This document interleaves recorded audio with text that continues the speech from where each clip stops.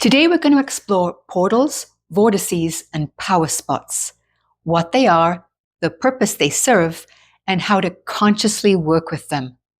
I'll also show you how you can create your own power spot rather than relying on external locations or rare geographic anomalies. Once you understand the energy patterns that give rise to third-dimensional space-time, it becomes clear that reality follows consistent principles. Energy moves, gathers, and interacts in specific ways governed by underlying patterns, and those interactions shape everything we experience as reality. Specific shapes, angles, proportions, colors, sounds, and numbers generate predictable patterns of energy flow. When in balance, they can generate a powerful stabilizing field that affects everything the energy is directed toward, including the human nervous system, perception, and state of consciousness. Ancient civilizations understood these principles intuitively and practically. They didn't treat sacred sites as symbolic or religious in the modern sense. They treated them as functional environments. The architecture of buildings, such as temples and churches, were used to amplify beneficial energy, neutralize detrimental influences, including electromagnetic disturbance, and to create stable conditions for experiencing higher states of perception. This understanding is preserved today in the science of what we call biogeometry, which explores how the geometry of all creation interacts with living systems and environmental energy fields.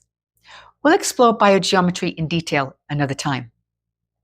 For now, what matters is this: portals, vortices, and power spots are not mystical accidents. They are expressions of energy.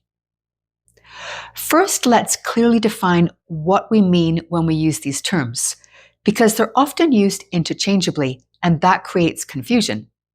Although vortices, portals, and power spots are related, they're not the same thing. Each describes a different way energy can behave and how we can interact with it. A vortex occurs when specific types of energies come together and intensify, building momentum. This can happen in a physical location, within the human energy field, or internally through focused inner perception in the mind's eye. A vortex can be found in electromagnetic fields, underground water flows, geological stress lines, and more subtler energy patterns. In all cases, entering a vortex can create a very intensified energetic experience. It can feel like going from 0 to 100,000 miles an hour in a heartbeat. You feel infused in a very powerful vibration, and when you match its frequency, you can experience profound types of transformation, depending on the energy of the vortex. If you resist it, the experience may feel very uncomfortable or disorienting. Another note: a vortex may or may not be stable, and you'll feel the effects of any instability. A portal is a means of access. It's a transition point between vibrational states of consciousness, not normally accessible in everyday reality. Portals allow consciousness to shift from one way of experiencing reality to another. This can happen at a physical location or internally when you open yourself up to a shift in your perception. Some portals shift your consciousness so that you begin interacting with other realities, even while remaining in the same physical location. Going through a portal doesn't necessarily require physical movement, because portals are interfaces that are energetic in nature. But portals don't operate independently of the observer. They respond to the frequency state of that observer. And here's the key: This is why you don't need to physically stand, in front of a portal or vortex to work with it. If you can either recall how it felt when you previously experienced one, or simply set the intention to experience one, you automatically create a vibrational state within yourself where you begin to interact with that field. You and the portal come into energetic resonance with each other. Distance means nothing, because portals and vortices operate beyond the limits of our space and time. This principle is foundational. It's not about your location. It's about what you tune your energy state into. A power spot is a location where energy magnifies and stabilizes, creating a powerful effect on all living beings within it. Unlike vortices, which are often dynamic and fluctuating, power spots are usable.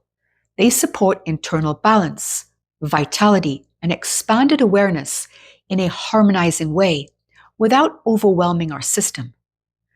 Power spots form when different energetic influences come together in a way that directs, intensifies, and stabilizes the energy rather than scattering it. This creates an environment that can very strongly influence our body, our nervous system, and our perception when we stand within it. Ancient builders understood this and intentionally created power structures to create power spots. Stone circles, pyramids, gateways carved from specific minerals, and precisely proportioned chambers were specifically designed to hold energy frequencies that humans could interact with safely and repeatedly. Here's something important that's often overlooked. Energy centers within the human body are themselves portals. Each energy center functions as a transition point between the density of the body and our light body, between physical sensation and expanded awareness. When we activate them, they don't just affect the body, they expand our consciousness. The progression from root energy center to crown is not symbolic.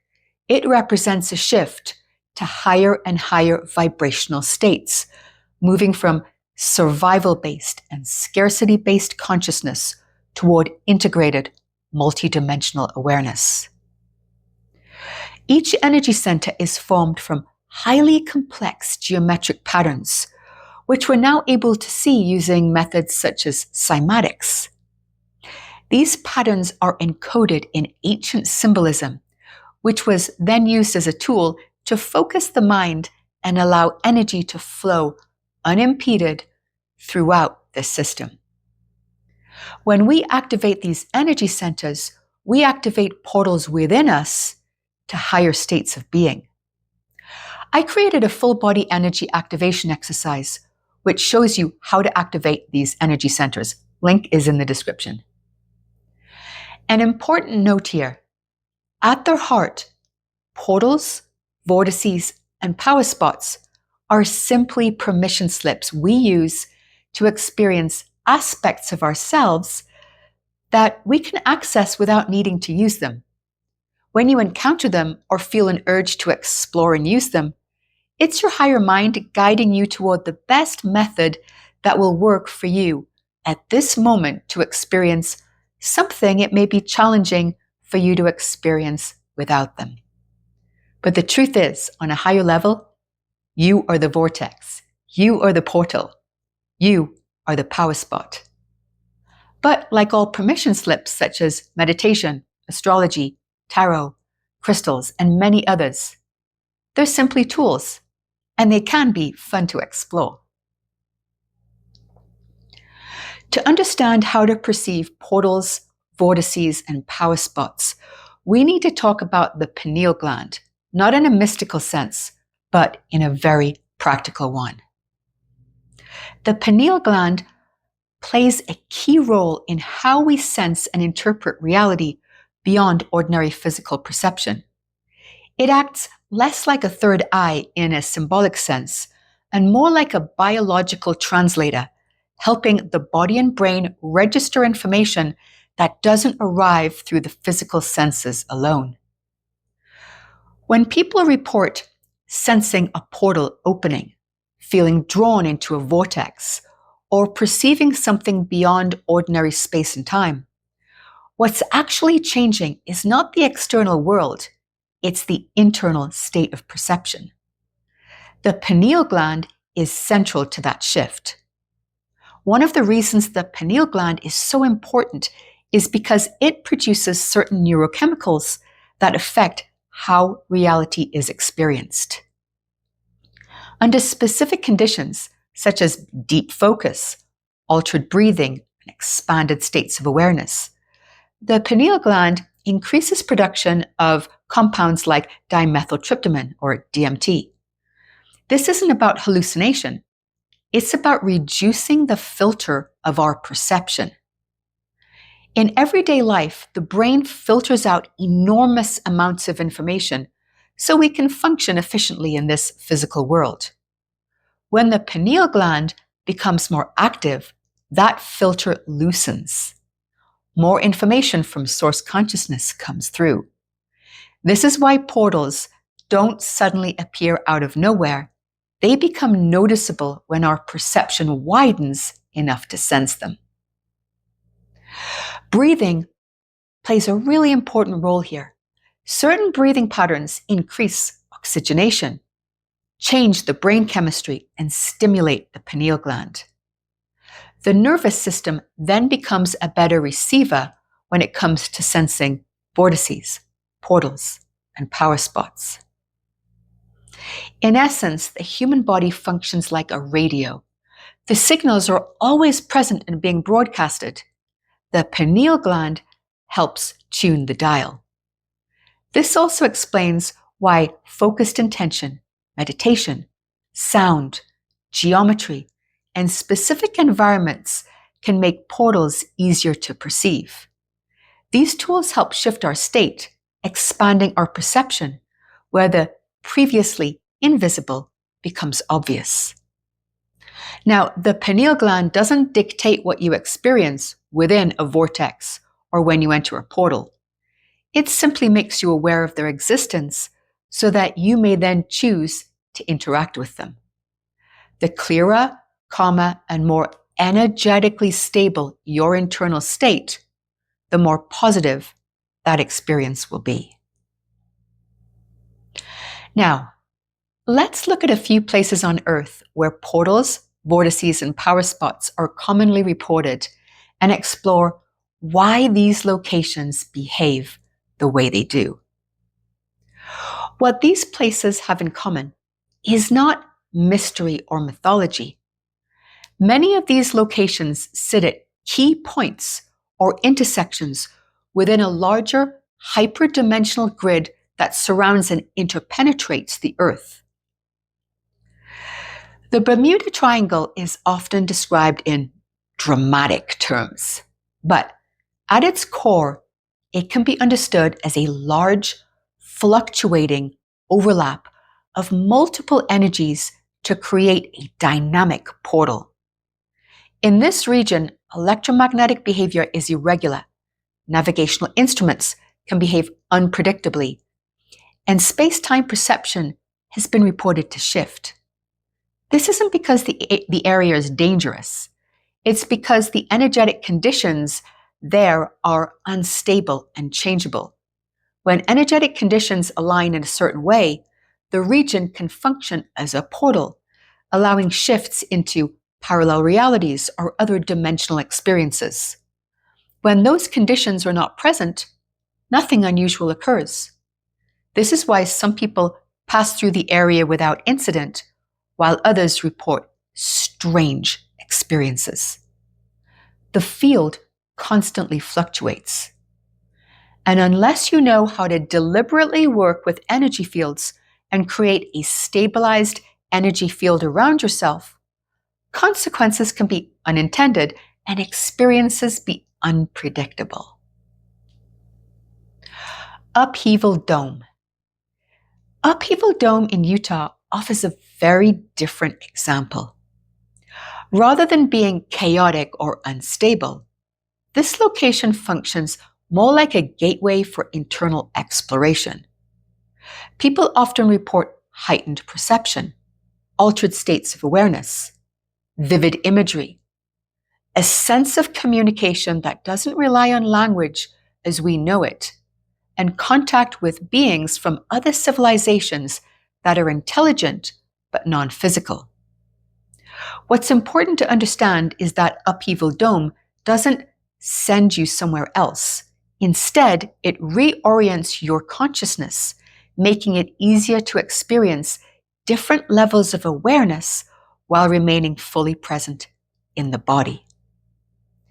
It behaves more like a controlled portal, one that encourages exploration of non-ordinary states without overwhelming the system. Bashar made an interesting statement about 𝗣cie𝗿𝘁.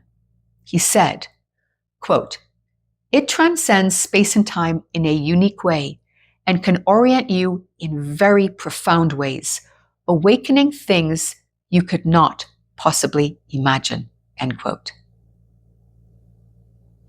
In places such as Peru and other ancient sites around the world, there are stone gateways carved with very specific angles and proportions, often made from particular minerals that exhibit unique properties. These were not symbolic doorways, they are functional tools. When a person stands within or near these structures and knows how to work with breath, focus, and intention, the gateway triggers expanded perception. Ancient cultures knew how to design environments that made certain experiences easier and safer to access. They knew how to work with it, not by force, but by relationship. Not all portals behave the same way. Some locations, such as the one in Sedona, are known for amplifying and balancing other energetic systems and other portals, not just locally, but across wider regions. Others, like 𝗣cie𝗿𝘁𝘁, are more conducive to inner exploration and contact with interdimensional beings, making it easier to experience unfamiliar states of consciousness. Each portal is unique, and each serves its own function. Over the past several years, there has been a massive increase in reports of UAPs, unidentified aerial phenomenon, previously known as UFOs.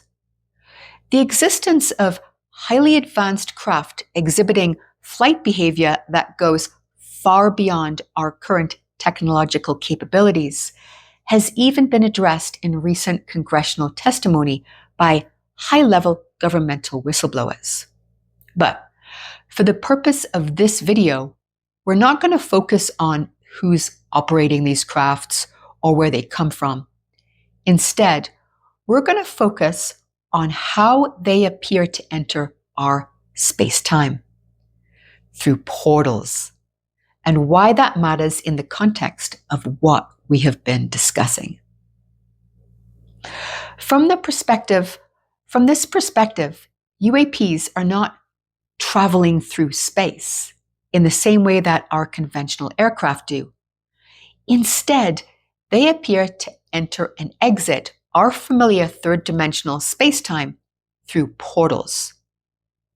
Once within our space-time, many of these craft are seen to navigate along what can be described as a hyperdimensional grid, a structured energetic framework that surrounds and interpenetrates the Earth.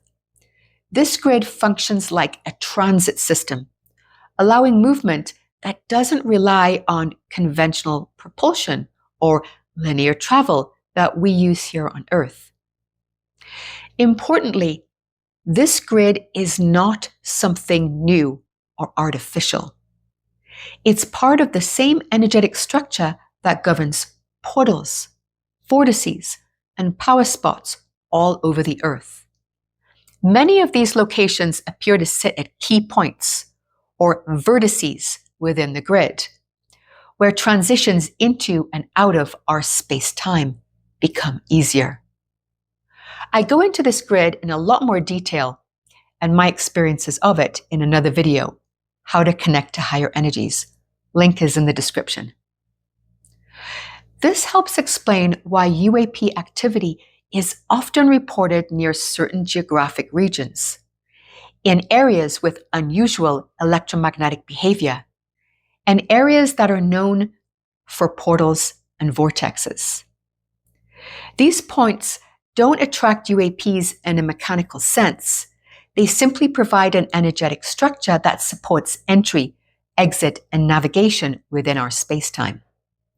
Once here, movement along the grid lines allows the craft to appear and disappear, accelerate instantly, defy the conventional aerodynamic limits of our own aircraft, and change direction without inertia, sometimes making right-angled turns at thousands of miles an hour, because the crafts themselves generate a type of energetic bubble that insulates the passengers from the effects of things in our space-time, such as gravity.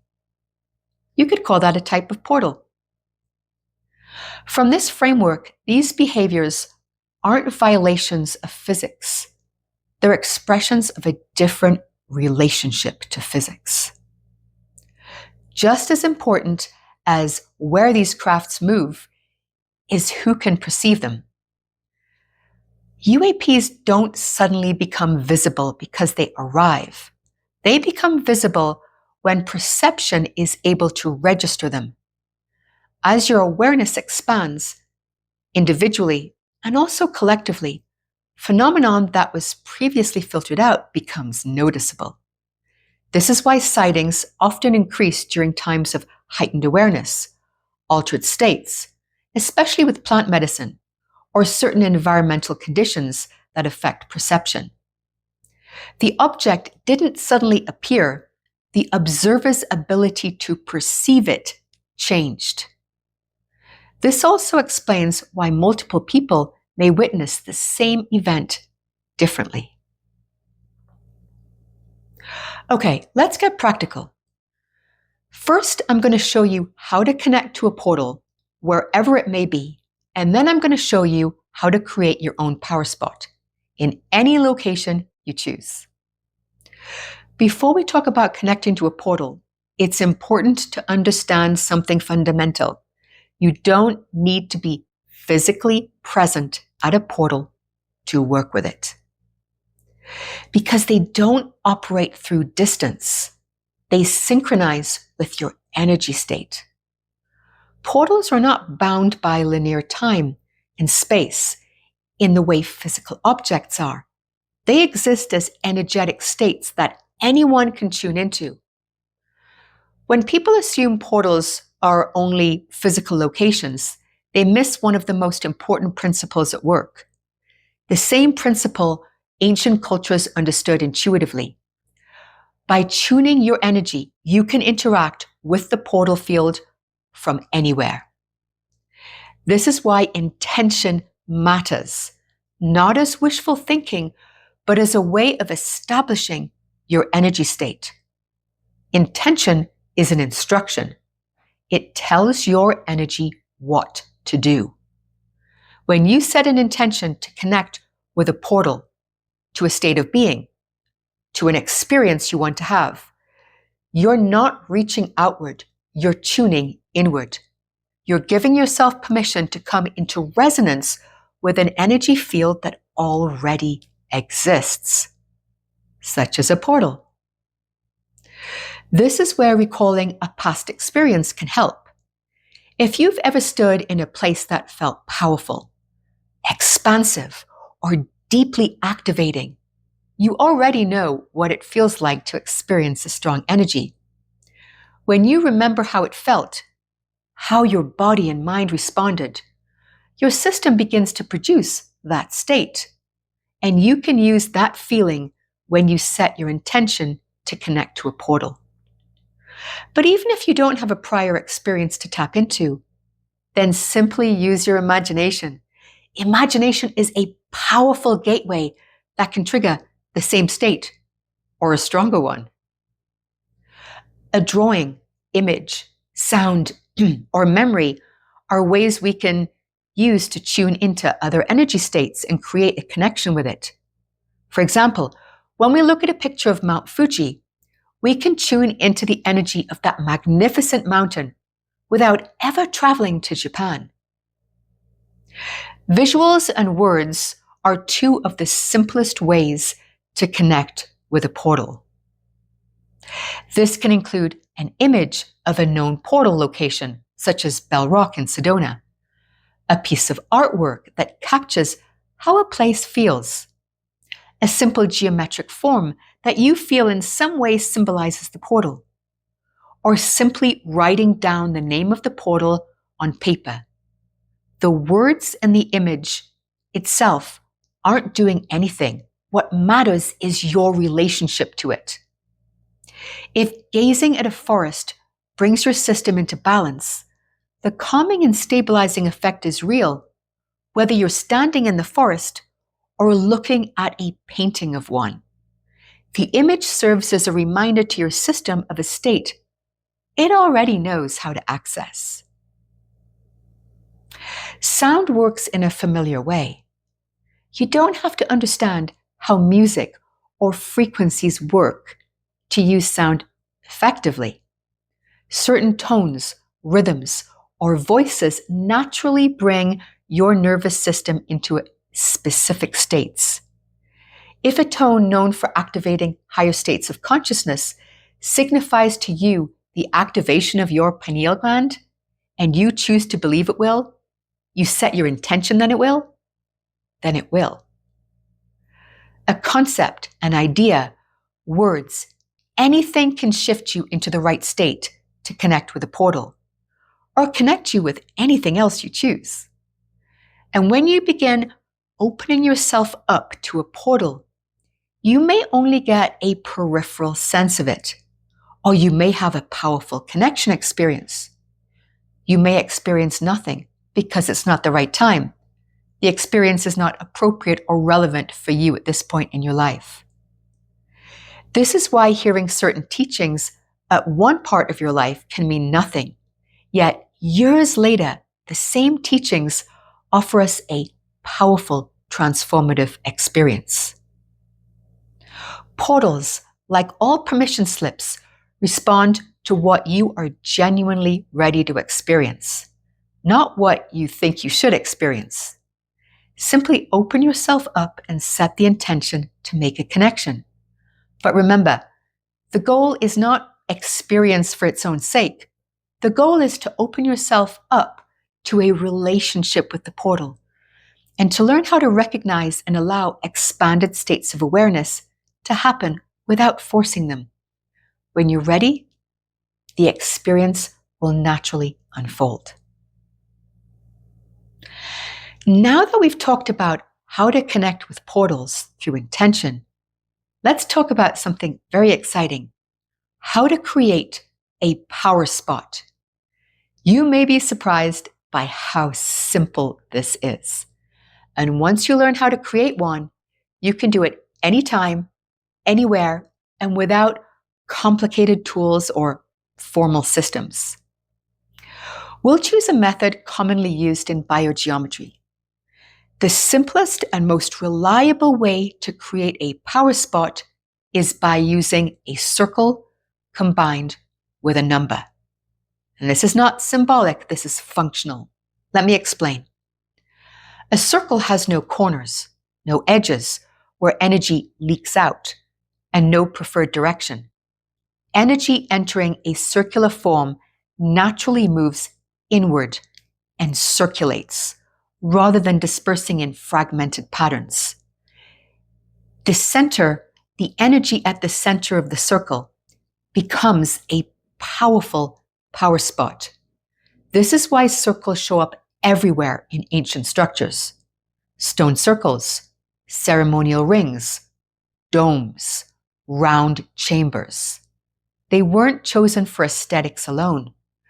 They were chosen because they contain and concentrate energy. Every circle or sphere has a center, and that center is where the effect is strongest. When energy circulates evenly around the periphery of a circle or sphere, it naturally projects toward the middle. The center becomes a point of intensification and balance of that energy. This is what turns a simple shape like a circle or a sphere into a power spot. It's geometry at work.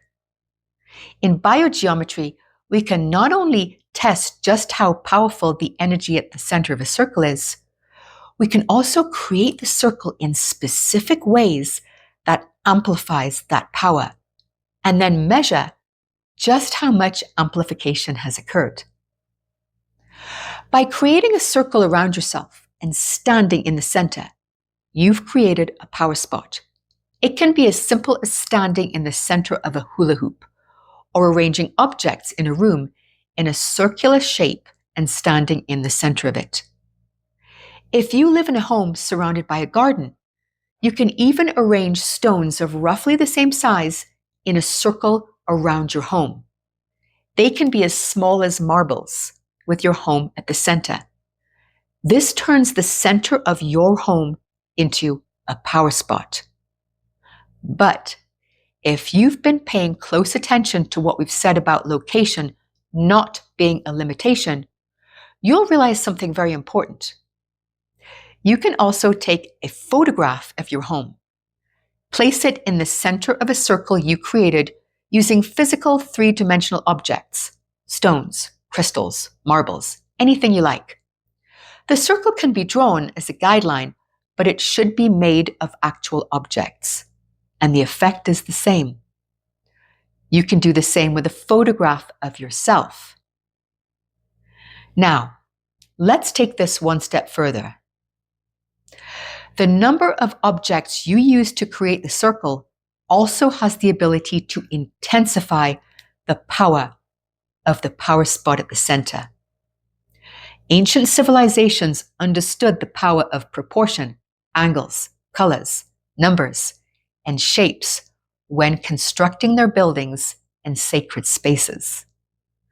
Certain numbers emanate much stronger energetic qualities than others. The numbers 16 and 19 in particular generate a very powerful energy. If you choose 16 or 19 objects to form your circle, the center of that circle will generate even more power, more energy. Incidentally, the energy of the center of the circle or sphere is the energy of dynamic creation. It's always both balancing and harmonizing. Let me give you a very practical example of the benefits of creating a power spot. I had a plant that was sick. It was really struggling, and I wasn't sure what to do. The plant was already in the center of a circular pot, so I placed 19 flat marbles evenly spaced along the top rim of the pot and set the intention for healing. Within a couple of days, all the leaves fell off the plant, and I thought it had died. But I waited. Several days later, new sprouts appeared everywhere along the branches. The plant grew back healthier and stronger than ever before. This is the power of the center of the circle reinforced by the energy of the number 19. When you create a circle and you stand in the center, that power spot vitalizes your entire system. It's like a jolt of perfectly harmonized energy. Meditative states become easier to experience. Concentration improves. If you're feeling under the weather, it's a boost to your immune system. If you put the food you're about to eat or your water bottle in the center of a circle, you infuse it with powerful, harmonized energy. And there's no such thing as too much. Incidentally, I'm wearing 2 specific biogeometry pendants created in shapes that assist in harmonizing the energy of my body in such a way it negates the impact of detrimental wireless and electromagnetic energies. What we've explored here today isn't new. Ancient civilizations, indigenous cultures that have been called primitive and backwards have intuitively known how to work with energy and induce higher perception long before there were words like portals, vortices, or power spots. To them, it was practical, everyday knowledge. Over time, we've been taught to look outward for power, authority, and permission, instead of learning how to work with the natural way already available to us. And in doing so, we saw ourselves as separate from the environment, not one with it. It's now time to remember who we truly are and to restore personal sovereignty. When you understand how to connect with a portal through intention, you no longer feel dependent on special places or rare circumstances. When you understand how to create a power spot, you no longer feel at the mercy of your environment. And when you understand that these are just permission slips, tools you choose to use, and you learn how to stop giving power away to anything outside yourself, unless it supports you and resonates with you. It's time to engage with reality more skillfully. It's time to recognize the mystical as practical, offering you tools such as portals, vortices, and power spots that show you how to work with reality in far more expansive and exciting ways. And with that, we'll bring this to a close. Any questions, comments, and sharings? Please leave them below. I read them all. If you like the sharing and you'd like to hear more, please hit the like button. It's what helps me know if you're inspired by my teachings. Thank you for listening and for being part of this beautiful community where we never stop exploring what becomes possible when we recognize ourselves, not as the passenger of life, but as the driver. Superhuman made simple with the architect.